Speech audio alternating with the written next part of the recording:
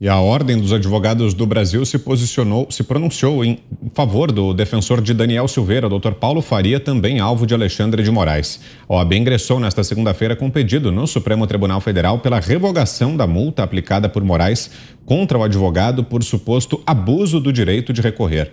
De acordo com o presidente nacional da Ordem, Beto Simonetti, é preciso assegurar que os advogados possam apresentar os recursos que entenderem adequados da forma como estabelece a lei. Abre aspas. As prerrogativas da advocacia protegem os direitos e garantias dos cidadãos. É preciso assegurar que advogadas e advogados possam apresentar os recursos que entenderem adequados da forma como estabelece a lei. Somos e seremos sempre implacáveis na defesa das prerrogativas, mantendo também o respeito pelas instituições da República. Fecha aspas. O pedido será apresentado com base em um parecer elaborado pelos presidentes da Comissão Nacional de Defesa das Prerrogativas e Valorização da Advocacia, Ricardo Breyer, e da Procuradoria Nacional de Defesa das Prerrogativas, Alex Sarkis, onde afirmam que Moraes violou prerrogativa ao aplicar a multa.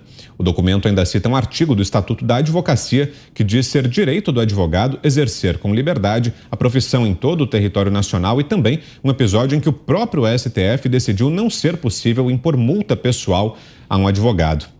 Começo com você, Ana. O que achou dessa reação aí da OAB à multa imposta pelo Supremo contra o Dr. Paulo Faria, advogado, deputado Daniel Silveira? Ana?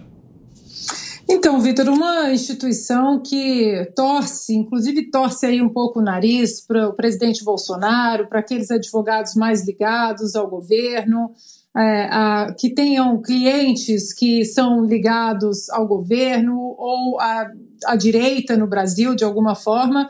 E para você ver, né, o ponto que chegamos, que agora eles não conseguiram mais esconder essa aflição e essa preocupação, porque esse abuso de autoridade do Alexandre de Moraes é um abuso de autoridade que tem começo, mas que não tem fim, né? Nós sabemos que hoje Alexandre de Moraes, ele aplica multas e aplica a Constituição da maneira como ele bem entender, seu bel prazer, se é inimigo político, se não é, se ele não gosta, se ele acorda de manhã de mau humor, e enfim.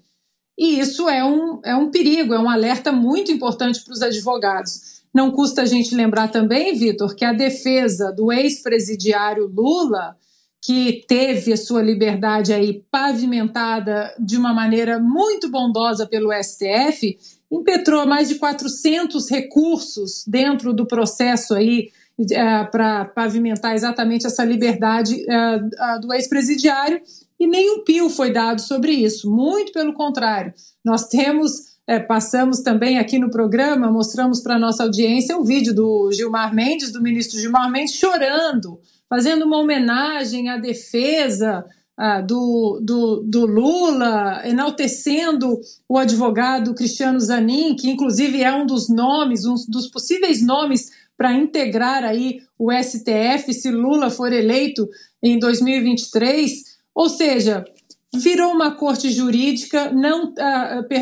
ativista, não é mais uma corte constitucional, virou uma corte militante, e até a OAB, que não é lá muito favorável, não faz bons olhos a advogados que ligam aí a causas da direita, até a OAB está percebendo que o caminho aí pode ser um caminho muito perigoso e sem volta, inclusive para a instituição.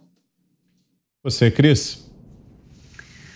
Pois é, eu fiquei bem surpresa, mas muito feliz com essa declaração da OAB, porque a gente viu tantos anos aí de OAB completamente ideologizada. A gente sabe que ainda há um aparelhamento muito infeliz dessa entidade que representa os advogados do Brasil, mas não vem sendo aceita pela grande maioria dos advogados que estavam se sentindo sem representação. Finalmente veio se pronunciar sobre esta aberração que foi o ministro Alexandre de Moraes impor multa a um advogado porque ele recorreu de sentenças ou de determinações ali, de ordens que ele considerou absurdas, abusivas, em favor de seu cliente. Ora, se o advogado não pode recorrer em favor de seu cliente, o que fez o advogado de Lula com aqueles 400 recursos que os senhores mesmos, nesta mesma Suprema Corte Brasileira, aceitaram de bom grado, sem impor qualquer multa? Agora, 16 recursos aí do advogado Paulo Faria foram considerados protelatórios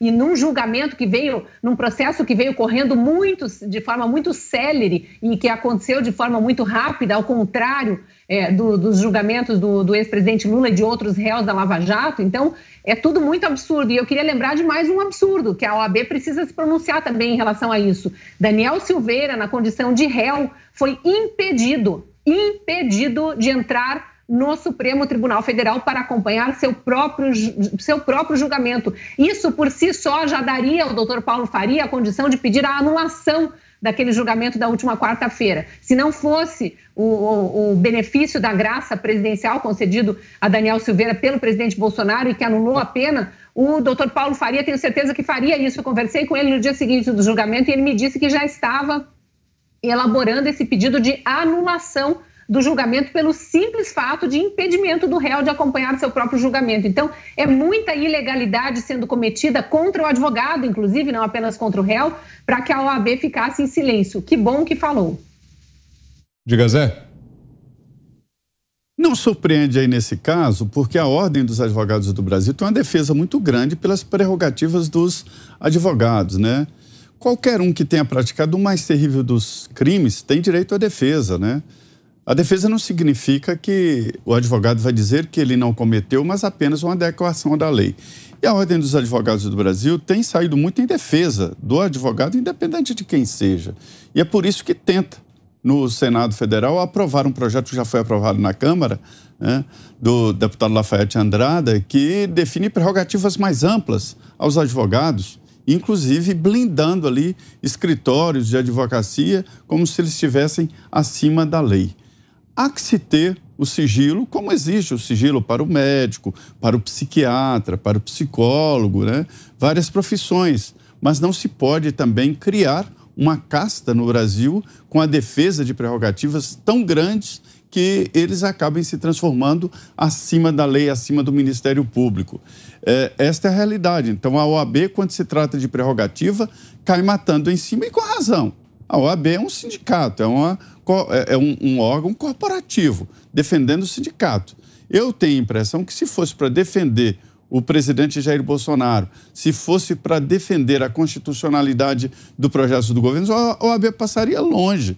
É evidente que sim, que está aparelhada e que é petista, mas os advogados não são, e a OAB vive dos advogados. Essa grande sede construída aqui em Brasília e mantida aí a peso de ouro vem exatamente do trabalho de cada advogado que tem que contribuir. É um caso raro de profissão. Todas as profissões regulamentadas acabam criando esse grupo aí de que só pode exercer a profissão se você pertencer ou ao conselho, o que é o caso do Conselho da Ordem, assim por diante, né? Mas nesse caso é uma evidência. O que eu fico assustado é admitir que um advogado seja multado e que tenha um puxão de orelhas por apresentar uma defesa ao seu cliente. Isso é inerente à atividade.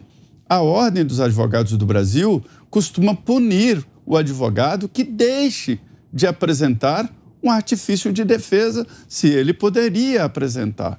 Se ele perder prazo, se ele não apresentar a defesa, isso dá punição ao advogado. É exatamente o contrário. O Supremo Tribunal Federal tem lá suas regras próprias. Não é praxe que o réu assista ao julgamento. Eles consideram até que se trata de constrangimento o réu assistir. Eu acho um absurdo.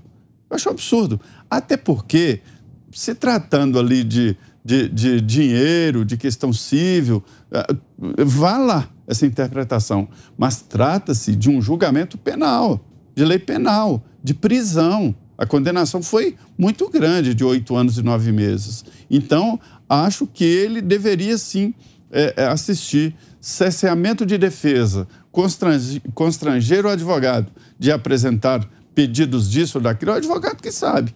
Cabe ao Supremo negar ou aceitar. Isso é cerceamento de defesa, assim como cerceamento de defesa não permitir que, neste caso, o réu possa assistir o próprio julgamento.